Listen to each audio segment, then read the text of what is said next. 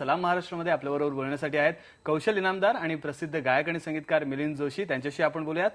भाग्यश्री, मगाशी सांगितलंस तू मराठी अस्मिता याबद्दल सांगितलंस, तर त्या कार्यक्रमाचं स्वरूप काय आहे हे त्यांना विचारशील. नक्कीच मी मराठी अस्मिता या त्यांच्या कार्यक्रमाबद्दल नक्कीच आपण मुश्ताक बोलणार आहोत, पण त्याआधी एक आपण त्यांच्याकडून गीत त्यांच्याकडून आपण ऐकणार आहोत, एक कविता त्यांच्याकडून ऐकणार आहोत बहिणाबाईंची. आणि मला वाटतं मिलिंदने त्याचं शिफारस केलेली आहे, तर मिलिंदच मी सांगेन की ती गाणं आमच्यासाठी गायला. मी मगाशी म्हटलं तसं स्वत्व असलं पाहिजे, तसंच आपल्याला जी चाल माहिती आहे त्याच्यापेक्षा मी माझी एक चाल गातोय, अरे संसार संसार बहिणाबाईंचं. आणि मला राहून राहून मराठी बोलत असताना किंवा मराठीबद्दल बोलत असताना बहिणाबाईंशिवाय बोलूच शकत नाही आपण, असं वाटतंय. अरे संसार संसार जसा तवा चुल्यावर, अरे संसार संसार जसा तवा चुल्यावर, आधी हाताला चटके तवा मिळते भाकर, संसार संसार अरे संसार संसार. क्या बात आहे मिलिंद. मला वाटतं आता ज्या बहिणाबाईंचा आपण उल्लेख केला त्यांचं आपण गाणंही गायलेलं आहे, तर त्यांची स्वतःची भाषा होती, कुसुमाग्रजांची स्वतःची भाषा होती. आणि आजकाल आपण बघितलं तर संदीप खरे, सलील कुलकर्णी, तुम्ही सगळ्या तुमची स्वतःची एक भाषा आहे, त्याचे एक ढब आहे आणि अत्यंत बोलीभाषेत तुम्ही लिहितात. तर मला वाटतं मराठी भाषेतलं हे एक आपण म्हणूया की एक श्रीमंती आहे की खूप वेगवेगळ्या भाषेमध्ये प्रत्येकाचं काव्य आहे. बरोबर. पुन्हा एकदा अशोक बागवेज आमच्या एका कार्यक्रमात म्हणाले होते की बोली भाषांना खरं घाबरायची काही गरज नसते. बोली भाषा समृद्धी वाढवतात भाषांची.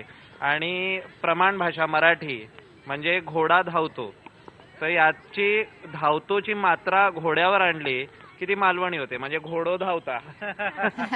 इतकं ते खरं सोपं असतं, साधं असतं, पण बोली भाषांमुळे श्रीमंती वाढते आणि मला वाटतं ही जपली पाहिजे आपण.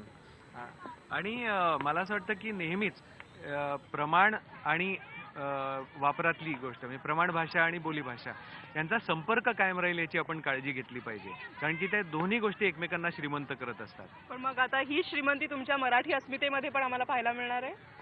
हो, मी मुद्दामूनच ती अशी कल्पनाच होती की हे गाणं श्रीमंत व्हावं, मोठं व्हावं, भव्य व्हावं, कारण मराठी ही एक भव्य भाषा आहे.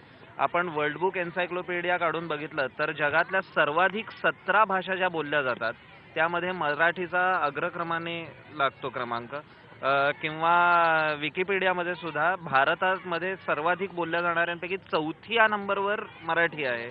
तर आपण त्यामुळे हे भव्य करावं आणि हे कुठल्याही प्रायोजकाशिवाय, कुठल्याही कॉर्पोरेट बॅकिंगशिवाय, कुठल्याही नेत्याच्या किंवा राजकीय पक्षाच्या एका पुढाऱ्यामुळे असं न होता ते सामान्य लोक एकत्र यावे, मराठी भाषिक एकत्र यावे आणि त्यांच्या सहभागातनं हा प्रकल्प व्हावा, असा आमचा प्रयत्न आहे सगळ्यांचा.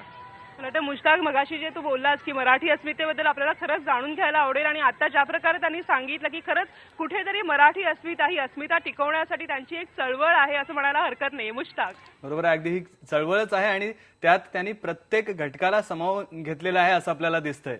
अगदी खरं आहे मुश्ताक. आणि याच्यामध्ये हे पण आहे की मराठीवर ज्यांचं प्रेम आहे त्या लोकांच्या प्रेरणेतून, त्यांच्या सहभागातून ही चळवळ पुढे यावी. त्यामध्ये कोणाचे, ज्याला म्हणतात की राजकीय पुढाऱ्यांचा किंवा कोणाचे कॉर्पोरेट असा सेक्टरचा त्यांनी घेतलेली नाहीये. या प्रकल्पाबद्दल आपल्याला जाणून घ्यायचंय, पण इथे घेऊयात एक ब्रेक. भाव फक्त IBN लोकमत.